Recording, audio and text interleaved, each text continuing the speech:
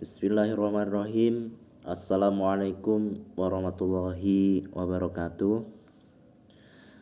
Di sini perkenalkan, nama saya Ayub Alam Suri dari kelas PAIH semester 5, jurusan PAI. Saya di sini akan menyampaikan sedikit tentang kajian pustaka ya, yaitu dalam mata kuliah metodologi penelitian pendidikan kualitatif yang diampu oleh Dr. Haji Evi Muafiah MAG ya. Di sini NIM saya ini ya, ini NIM saya. Nah seperti itu kita akan sedikit membahas tentang kajian pustaka.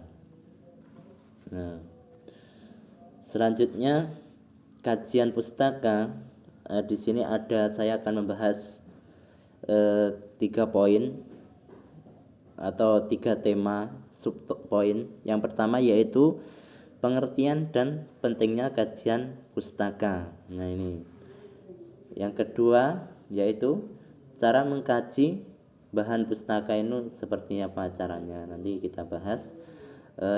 Yang ketiga yaitu manfaat kajian pustaka. Nah, langsung saja kita bahas satu persatu dari ketiga tema ini apa saja. Yang pertama yaitu pengertian kajian pustaka.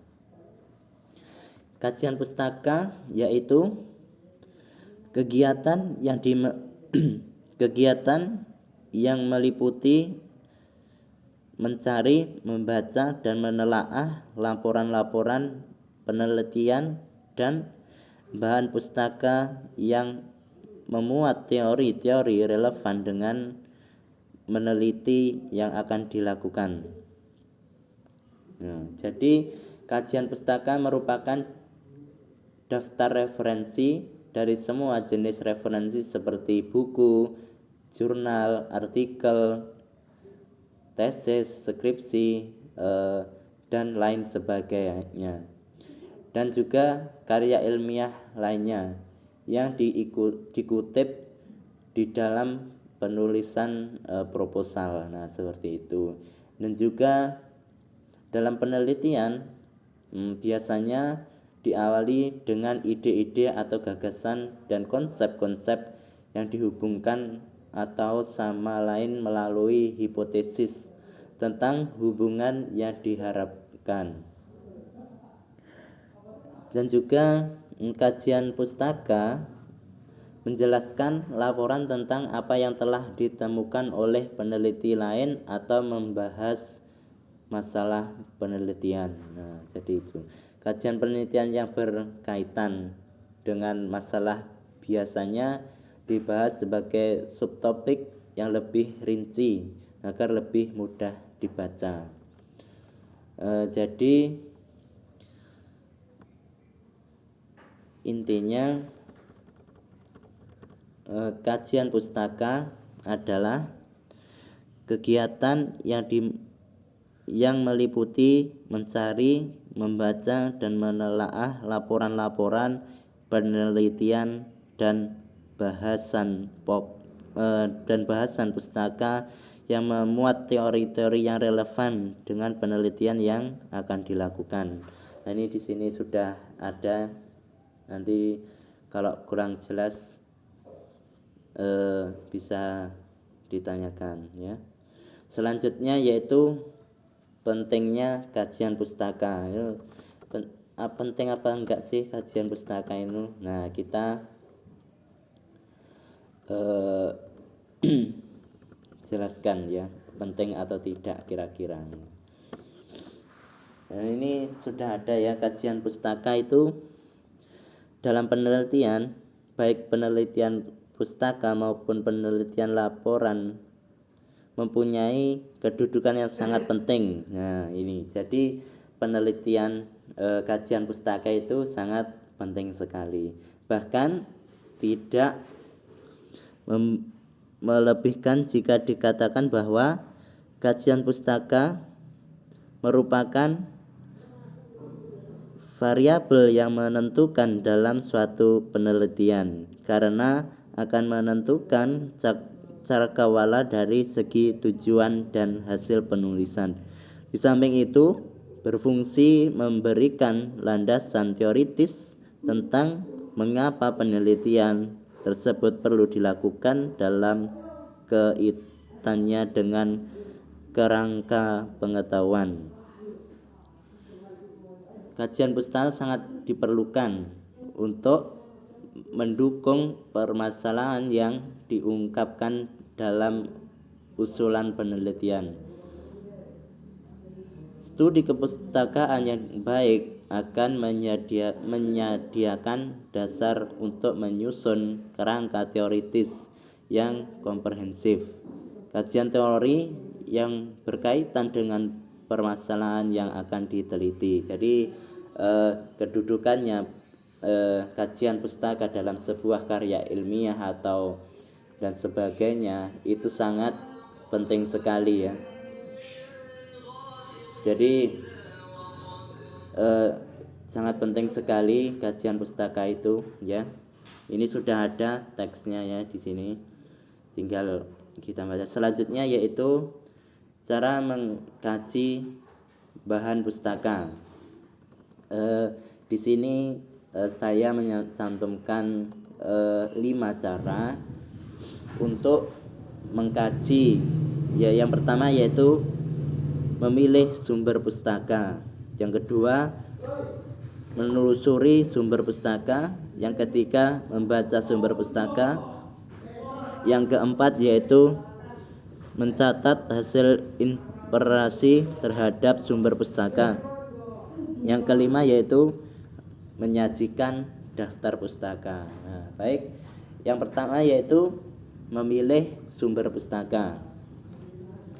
Sumber pustaka seperti yang sudah dijelaskan tadi dapat berupa skripsi, tesis, disertasi, makalah, paper, jurnal, dan lain sebagainya. Yaitu memiliki sumber pustaka yang baik penting untuk menghasilkan kutipan atau ide yang tepat. Dalam memilih sumber pustaka dapat beberapa kriteria sumbernya. Yang pertama yaitu kriterianya untuk bisa dijadikan sebagai bahan pustaka. Yang pertama yaitu sesuai dengan topik penelitian yang akan dilakukan. Yang pertama itu. Yang kedua, isi mudah dipahami oleh peneliti. Ya, itu. Yang ketiga, pernyataan dalam sumber tersebut harus bisa dibuktikan secara empiris. Yang keempat, sumber pustaka harus terorganisir supaya lebih mudah dalam mencapai informasi yang dibutuhkan. Yang lima, sesuai dengan perkembangan zaman dan sesuai dengan teori terbaru. Nah, jadi mungkin ada referensi tapi kok tahunnya sudah lama, kita cari referensi yang tahunnya lebih baru lagi, nah, seperti itu. Yang nomor 6 yaitu berhubungan dengan penelitian. Jadi ya ini ya harus. Jadi kalau kita meneliti terus referensinya terus tidak sama dengan apa yang kita teliti, itu kan sama saja ya. Yang ketujuh yaitu sumber tersebut harus terpercaya. Jadi sumber itu harus terpercaya, siapa yang menerbitkan, yang menulis, yang mencetak, seperti itu. Yang kedua yaitu menelusuri sumber pustaka. Ini menelusuri yang kedua, sumber pustaka. Setelah ditemukan beberapa sumber pustaka yang sesuai dengan penelitian yang dilakukan, maka langkah selanjutnya adalah menelusuri isi di dalam sumber pustaka untuk mencari kutipan. Caranya adalah dengan melihat daftar isi terlebih dahulu, Kemudian membaca secara keseluruhan bagian sumber pustaka yang dianggap penting. Nah, ini sudah sangat jelas sekali ya. Ini selanjutnya yang ketiga yaitu membaca sumber pustaka. Nah, ini membaca. Jangan sampai kita membuat makalah misalnya terus kita tidak membaca referensi atau sumber pustakanya. Ya, jauh lebih baik jika kita mengambil sumber pustaka dengan cara membaca dan memahami isi sumber pustaka tersebut supaya tidak asal mengutip. Nah, ini tujuan lainnya adalah untuk membentuk kerangka teori di dalam pikiran supaya mempermudah penulisan karya ilmiah. Jadi dari kutipan itu kita sudah mempunyai gambaran seperti ini, seperti ini. Jadi kita bisa menuliskan dalam bentuk tulisan kita. Nah, seperti itu. Yang keempat yaitu mencatat hasil interpretasi terhadap sumber pustaka. Jadi ada dicatat-catat hal yang penting, mungkin seperti itu. Catatlah hal-hal yang dianggap penting di dalam sumber pustaka. Kemudian menulis ulang yang kita baca sesuai pemahaman dan memperiksanya kembali untuk memastikan keakuratan kajian pustaka yang akan dibuat. Nah, seperti itu.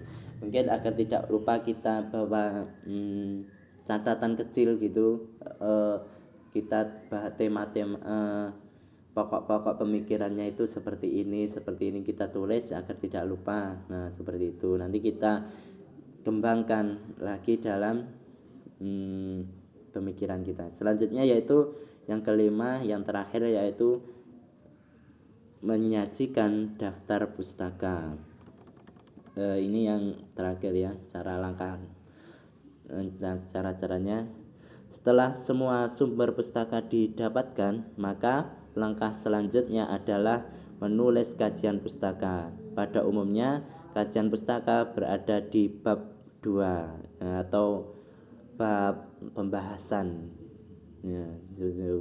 Kajian pustaka terdiri dari beberapa subbab yang menjabarkan semua yang hubungannya dengan penelitian yang akan dilakukan. Penyajian kajian pustaka dapat berupa deskriptif dan dapat pula disertai dengan analisis. Perbedaannya yaitu dalam deskriptif hanya mengurangkan dengan asumsi, analisis akan diuraikan di sub selanjutnya. Sedangkan bila berisi analisis, maka dijabarkan tentang pendapat penulis akan kajian pustaka tersebut, apakah akan mengkritik, menolak, menerima, atau yang lainnya. Selanjutnya kita membahas tentang manfaat kajian pustaka. Ya, di sini saya manfaatnya ini ada 8 manfaat ya. Yang pertama yaitu ini memberikan kedalaman penelitian. Nah, ini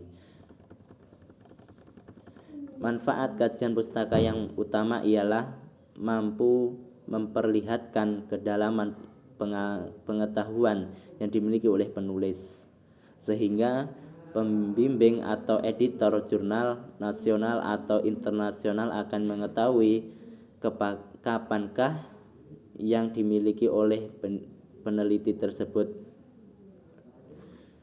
Nah, selanjutnya yaitu menelusuri sumber pustaka.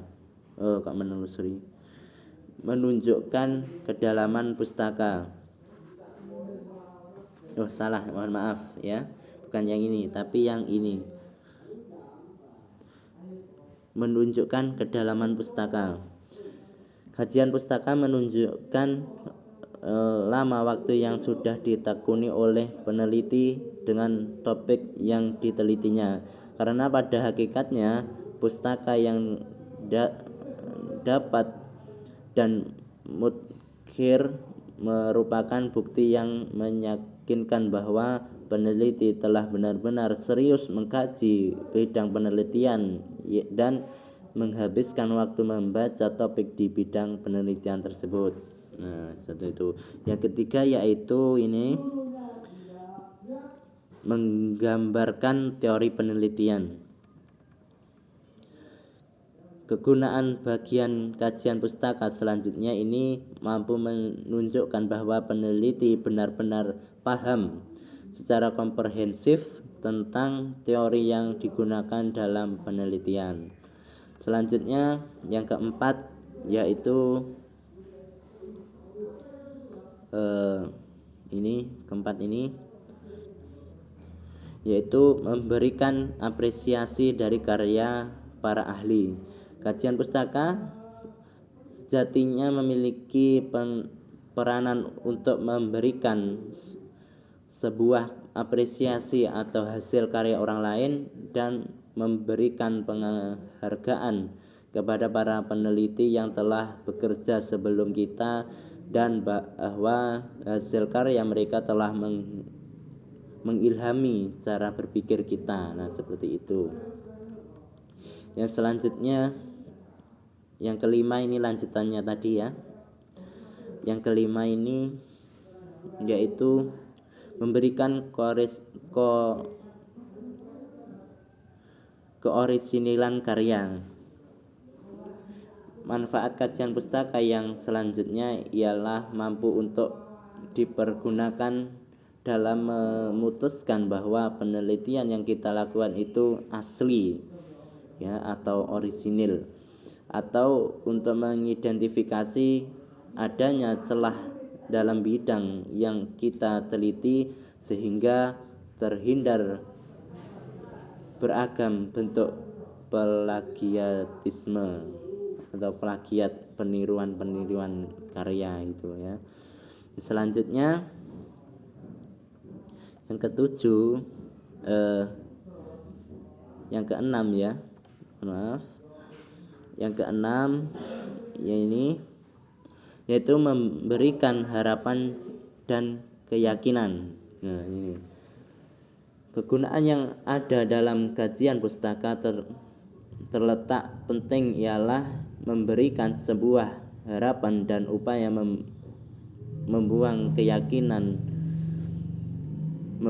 keyakinan terhadap penelitian yang kita lakukan, sehingga penelitian yang dijalankan tersebut berangkat dari pendapat dan teori dari para pakar yang memang mendalami bidang-bidang keilmuan tersebut. Nah, seperti itu.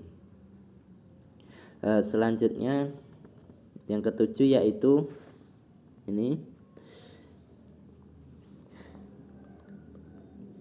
menggambarkan dan menghubungkan penelitian.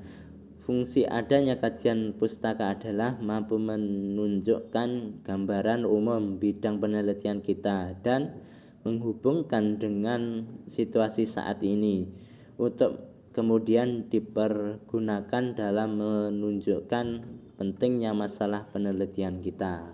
Nah, seperti itu.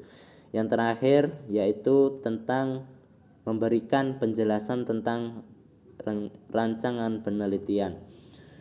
Kajian penelitian memberikan contoh rancangan penelitian yang telah digunakan oleh peneliti sebelumnya dalam mencari jawaban terhadap permasalahan yang diteliti, sehingga secara kasat mata ini juga dibuat berdasarkan pada hipotesis penelitian yang dipergunakan.